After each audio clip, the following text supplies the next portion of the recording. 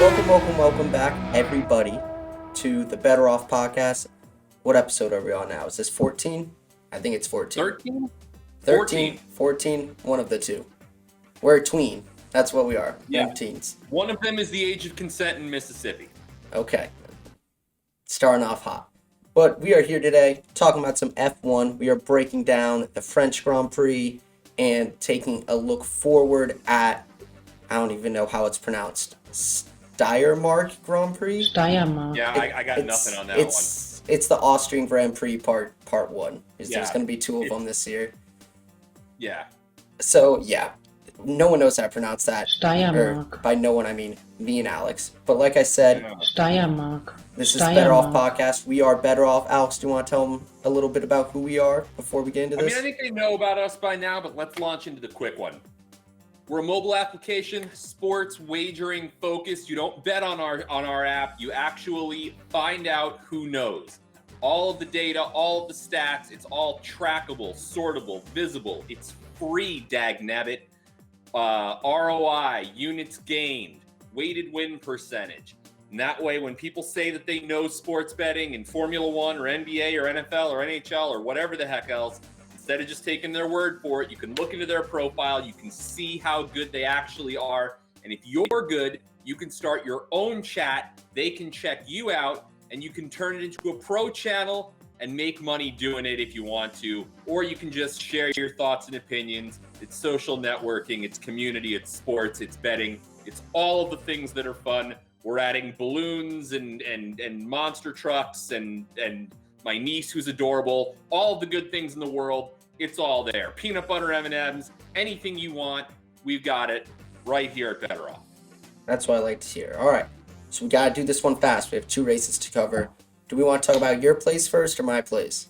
What do you want? I want to talk about yours. Yours? All right, let's run through them a little bit. So, like I said last weekend, I thought that Hamilton was gonna take this one, and so I had Hamilton plus 110 before qualifying. Then after qualifying, I got him at plus 150. So I ended up 2 units on Hamilton, lost both of those. I had Sergio Perez top 3. We talked about last week. I don't know how he's less valued than Bottas, so I got him at plus 135. That was a win.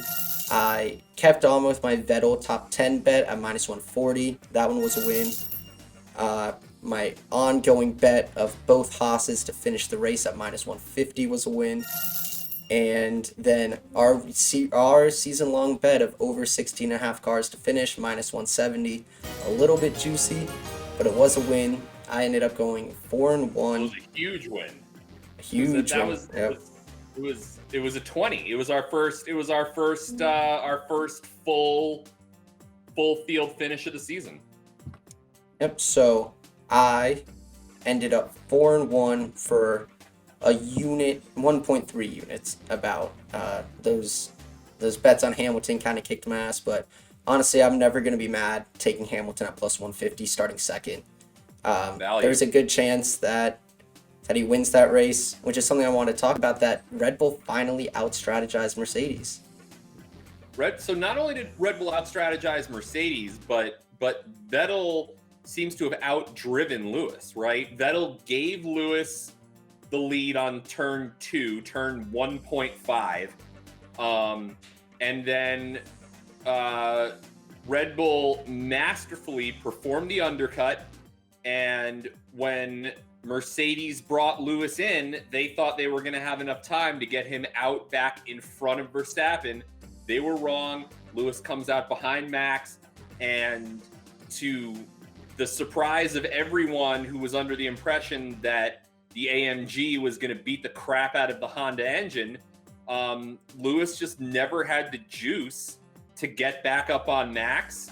Bottas never had the juice to get back up on Checo, and Red Bull just looked like the stronger team with the stronger car, and it is the first time that I can remember saying that. You know, we've seen Max win it, we've seen Checo on the podium, but it's never really been clean. There's always been something that's sort of led to it. Max was the best driver in this race. Checo was the third best driver in this race. The Red Bull Honda team was the best team in this race. It is the first time that I can remember taking out Monaco, which has never been a Mercedes race, where Red Bull was just the better car top to bottom. Yep. It was almost a reverse Barcelona. Red Bull pulled the trigger a lot earlier on the two-stop than anyone thought they might have. And so it kind of forced Mercedes into that one stop. They didn't really have any. Valtteri called it early, right? He did. Second lap, third lap, Valtteri got on the horn, and we heard it on the broadcast on ESPN. This is going to be a two-stop race. And they didn't listen to him. And then after they brought him in for the second stop, and that was once Lewis and Verstappen had pitted. Remember, Checo they left out there forever. Mm-hmm. They made it. They had two different strategies for their two different drivers.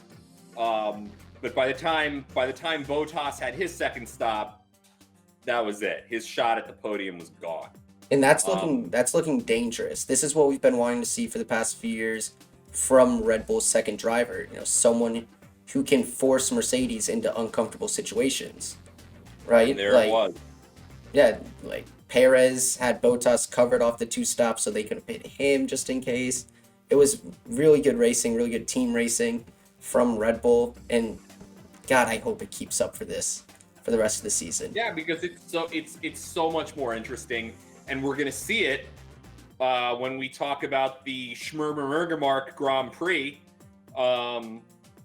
because among other things, Lewis and Max have the same odds of winning the race, but we'll get into that. Yep, and I just want to talk, we have to do this quick. I think there's only really two other storylines to talk about.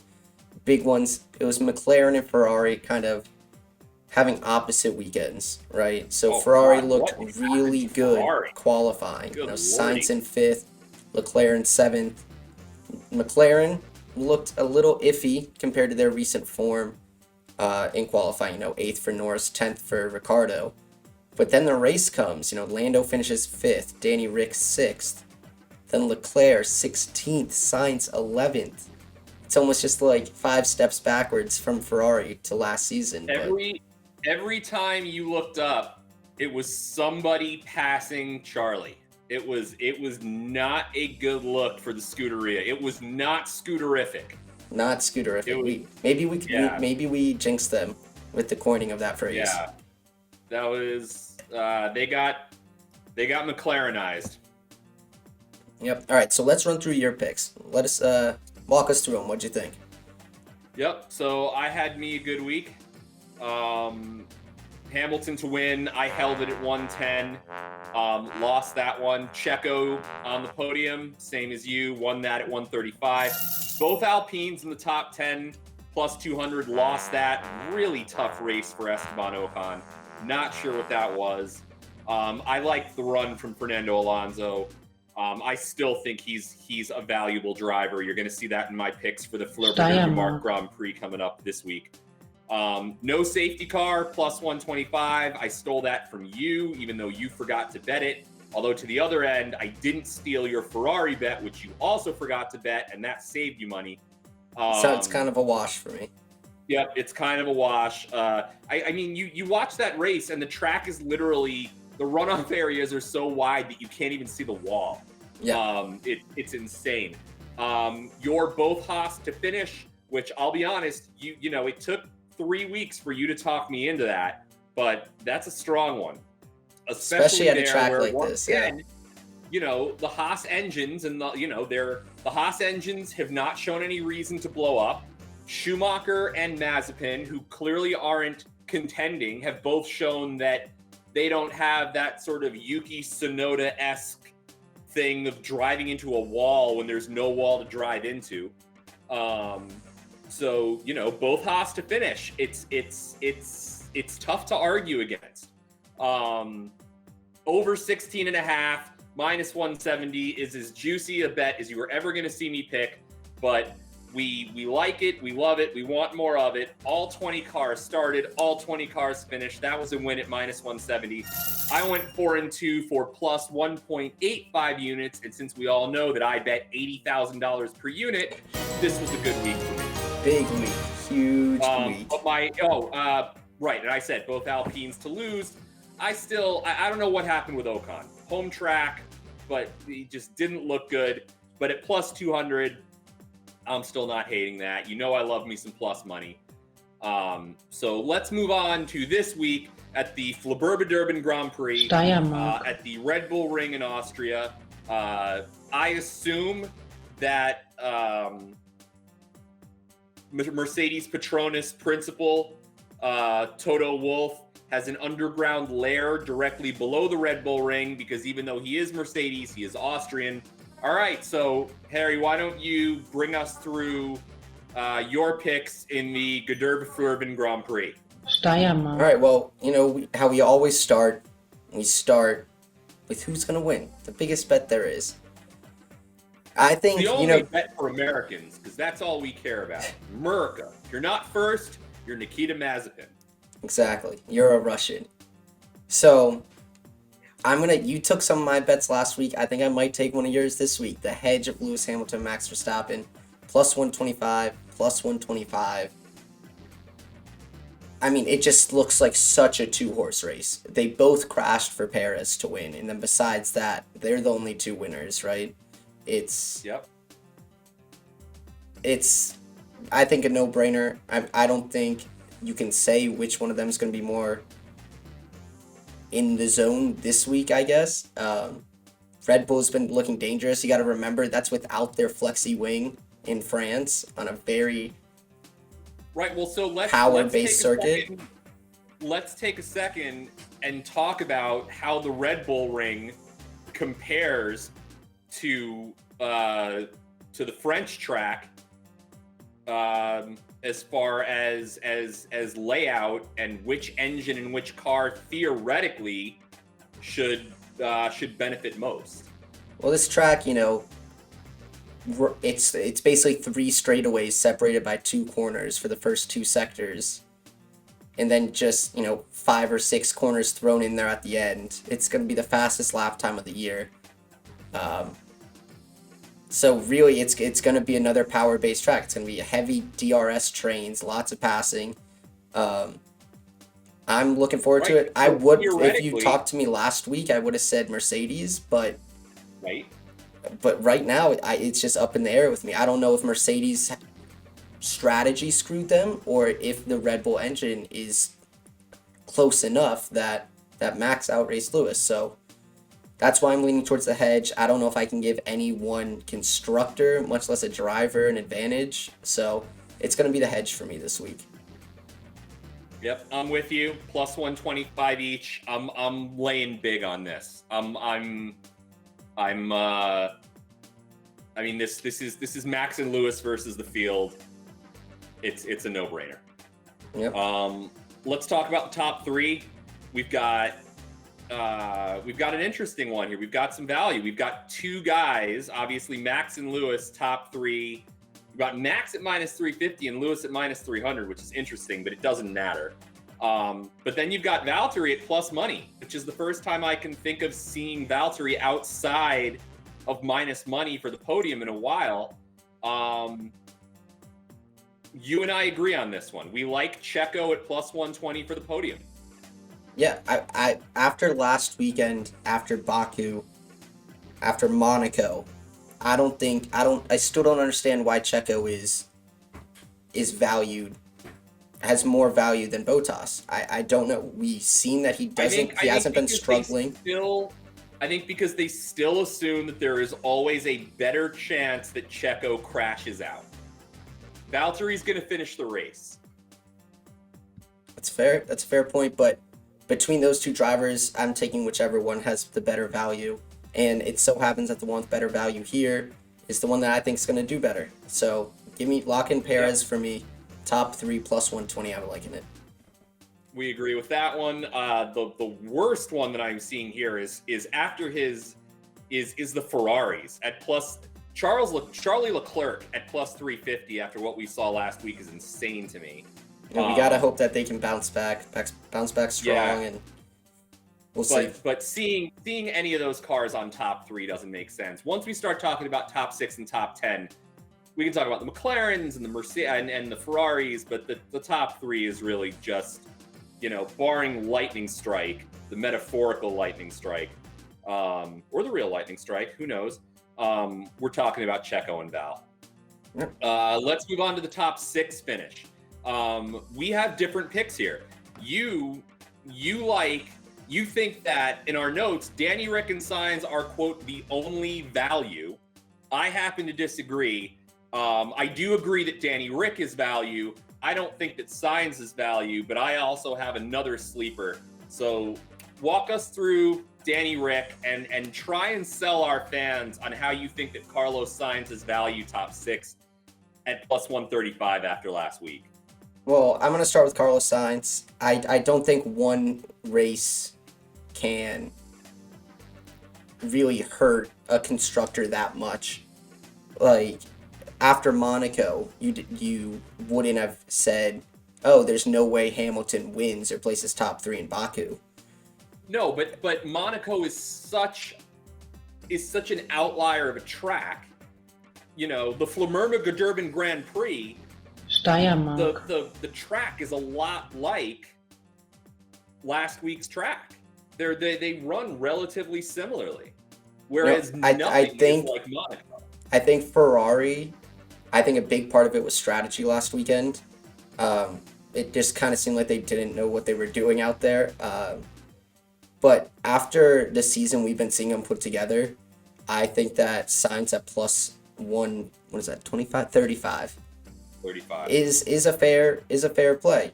Danny Rick at even money is a little bit more scary to me because we've seen him be very hit or miss. But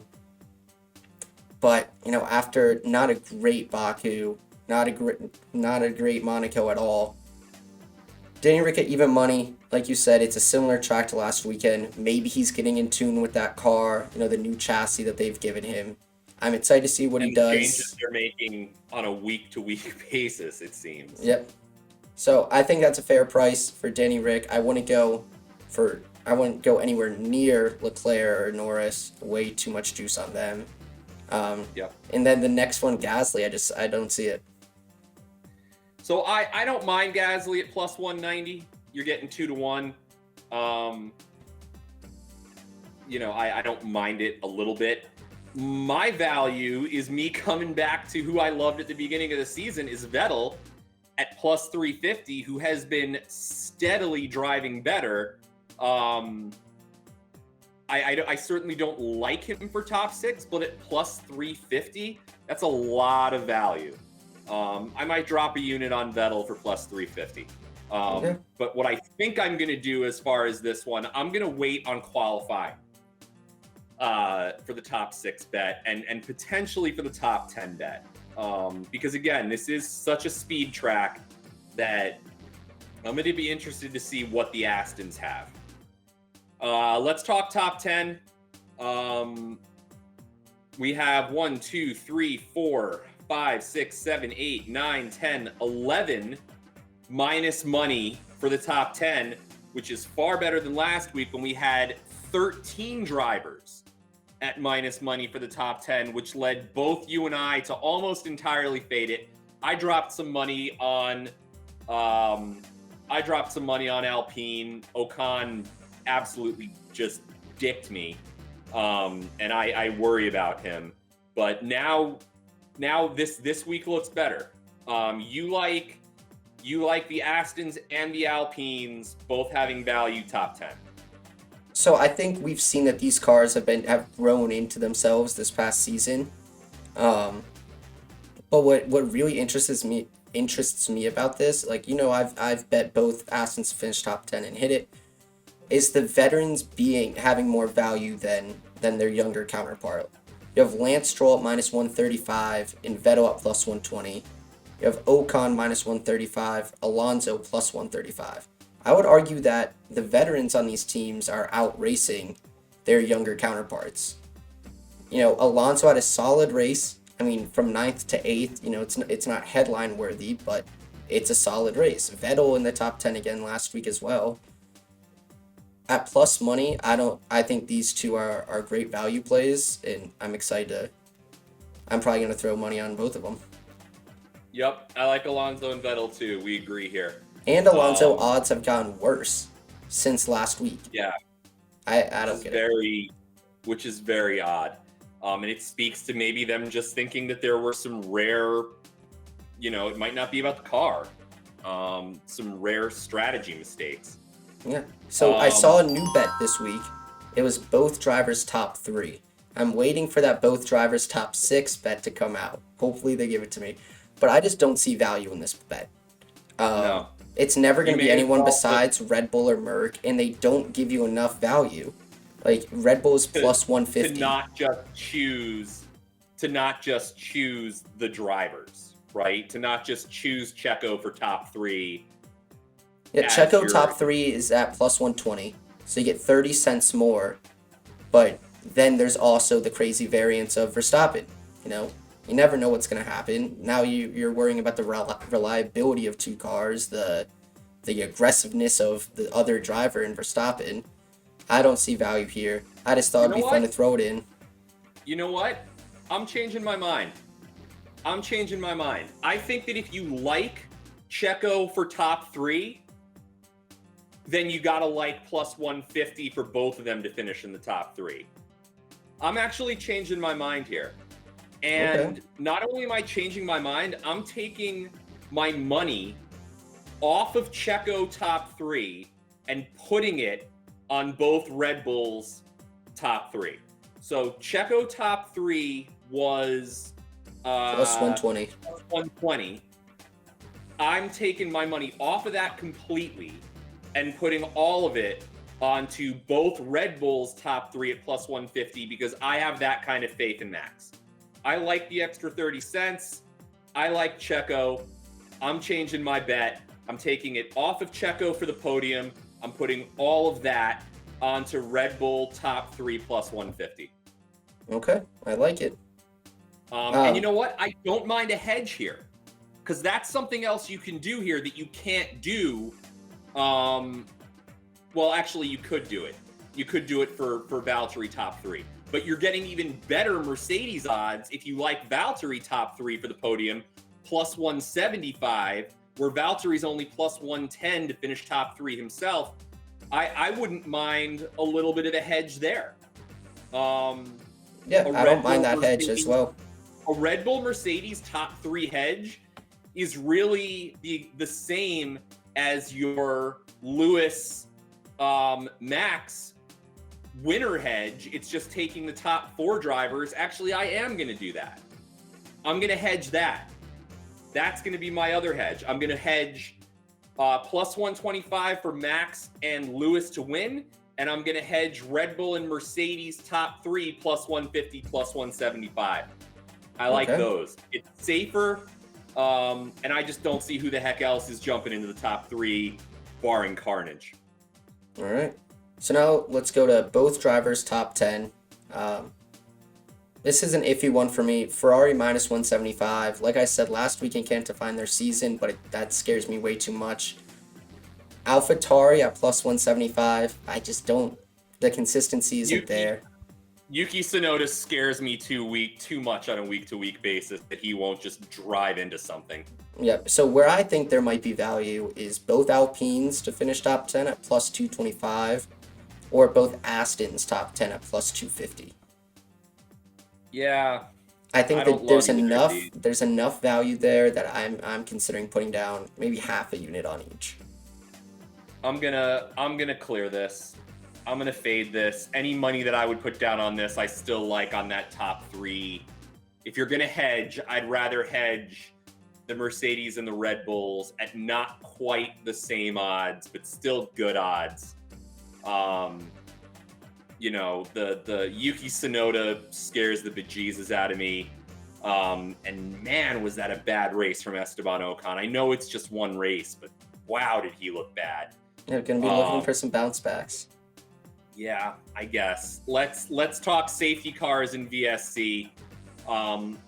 Like you said, another wide open track, not with the same insane red and blue runoff where there are like small villages between the side of the track and the wall, which I think might have actually been slightly outside of France. But what do you like here? We've got safety car.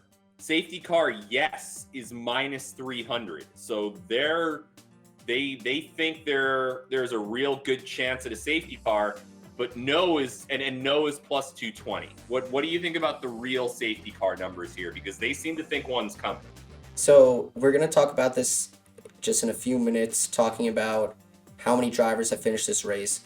You'll see it's very hit or miss at this track. There's either a lot of carnage or not much at all. I'm going to go with safety car no, plus 220. And I don't know what it is. This season, it seems more relaxed. Everyone is valuing finishing the race over maybe grabbing an extra position on the first lap. And no one more than Max Verstappen. Last year, the year before, Verstappen had to take advantage when he could to get in front of Mercedes. This year, he just has to drive a good race. Red Bull has to get him on the right strategy, and there's a good chance he wins it without having to make a crazy dive bomb. So I think Verstappen might be one of the craziest drivers on the grid. He's a fantastic driver, but he goes for some gaps that are questionable. But honestly, it just seems like everyone's a bit more careful this year. And if you're giving me plus 220 on no safety car, there wasn't a safety car in Monaco. I'm okay with it. Yeah, so I'm not touching minus 300 for any dang thing. Plus 220, I like. I don't know, 2 full races in a row without a safety car. That's a lot. The virtual safety car money for me, like I have no idea what the heck brings out of VSC. We've talked about this so many times about you can't, it would be so much better if it were like, here's Tim Johnson, who has done 80 races as the lead steward, and this is where he is at this track, and this is where each week we're coming in completely blind and have no idea of the track record of the people in charge of whether there's going to be a safety car or a BSC or not. And then you're just talking about, the runoff areas, and is somebody going to, knock into someone else and leave debris on the track to where it doesn't matter how big the safety areas are. I'm fading this one. At plus 220, it's pretty freaking good. I don't know, maybe I'll throw half a unit on, but this is just, it's so hard to get a run on this because we don't know who's making these decisions. It's true. So, all right, this isn't even something we have to talk about. It's just me saying. It's just saying that I'm going to keep just auto. Haas is to finish minus 150. They keep giving it to us. Keep taking it. Take it. So that's all we care about on that. Take it. So we're going to come to our season-long bet. The number of cars to finish the race, again, set at 16.5. Over 16.5 is minus 115. Way lower. Minus 170 last week because obviously that track was 2 tracks wide. But for us, minus 115 on any track is an auto hit. We've talked about this. So like I said, is dang nearly plus money. I'm on it.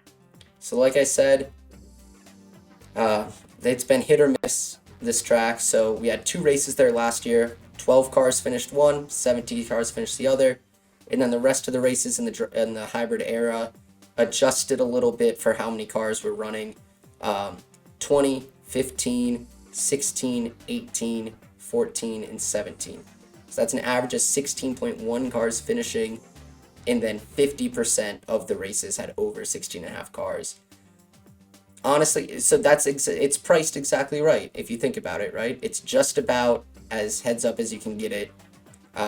For a 50-50 bet, historically, I'm there for it. Yep, I think, and we've seen this. We've said it. We've said it all season. We like this as a season-long bet. Yep. All right, so now it is time for everyone's favorite time of the show. Our favorite time. We haven't been talking about it too much. A little bit on Twitter. It is Euro 2020. And coincidentally, this race weekend, Austria, the Austrian national team made it to the round of 16. They're looking good. They're in there. And there's one man that I know on that team. I noticed this while I was watching the Olympic trials. Why has everyone decided that just because everything last year was canceled, that this year is somehow last year? It's not Euro 2020. It's definitely Euro like 2021. No, they already made all the branding. It's Tokyo 2021. They made the branding and all the billboards, and they don't want us to pay the money. Who has more money than NBC to give freaking what's his name a new polo shirt that says I will buy you a polo shirt that says Tokyo 2020? Come on. It's 2021. It's not 2020. Let's move past Weird hill to die on. Weird hill. Anyway, and I know one player on the Austrian national team, and it is, who is it? I just said his name. I just told his name to you. David Alaba. Bang. Bayern Munich, left back. He plays in Germany because that's where the money is. And we are begging him. Bundesliga. That's where the Deutschmarks are. Exactly. David Alaba. Look, man, you're a great soccer player. I've watched a lot of Austrian games. You captain the hell out of that team. And you know what you would also do really well in? Partnering with BettorOff. Oh, think about the BettorOff logo in red, white, and red. Oh, that'd look good. That'd look real good. Honestly, I think it makes sense. We've done a lot of color combinations on BettorOff, but red, white, red might look really good. You could see it behind you. If the blues... The reason that we are asking you is because this week's race, the Iggity Fliggity Grand Prix, is in your home country of Austria at the Red Bull Ring. I know that you watch the Ishkabibble Grand Prix. All of you do. I am part Austrian. We've been over this. I am Russian and Austrian, all right? And the way that I am Russian and Austrian, all right? I have love for the Flabberbergerben Grand Prix, and I have love for you, and you need to have love for us. We need to have love for each other and do a little partnering and have a little bit of that Bayern Munich money, some of those Deutschmarks, send them over to BettorOff, and we'll be a team. We want to get it on the soccer space. We want to be there. We'll move to Germany. Hell, we'll move to Bayern or to Munich. He'll move to He'll move to Munich. I'll move to Austria. It'll be amazing. We want you. We need you. You know that you watch us. You know that you love us. It's a match made in heaven. I think so. There's nothing more I can add to it. I think it's self-explanatory. I think it's perfect. It's amazing. But that's going to do it for us. We did a recap. We did a pre-cap. We're going to do a nightcap. We cap everything here at BettorOff. Subscribe, like, dislike if you want to. Tell us where we could do better. Tell us where we could do worse. Tell us what you think of my hat. It's all open game. Go and download the app for the App Store, for the Google Play Store. You can find it anywhere. Harry found it between his couch cushions last week. It's true. I found it on the subway. It's everywhere. Go get it. Use it. Like it. Love it. Want more of it. BettorOff. That's all we got. What a way to end. That's the way to end. All right, everyone. Enjoy the races. Enjoy Euro 2021. We'll see you next week. BettorOff. That's a wrap.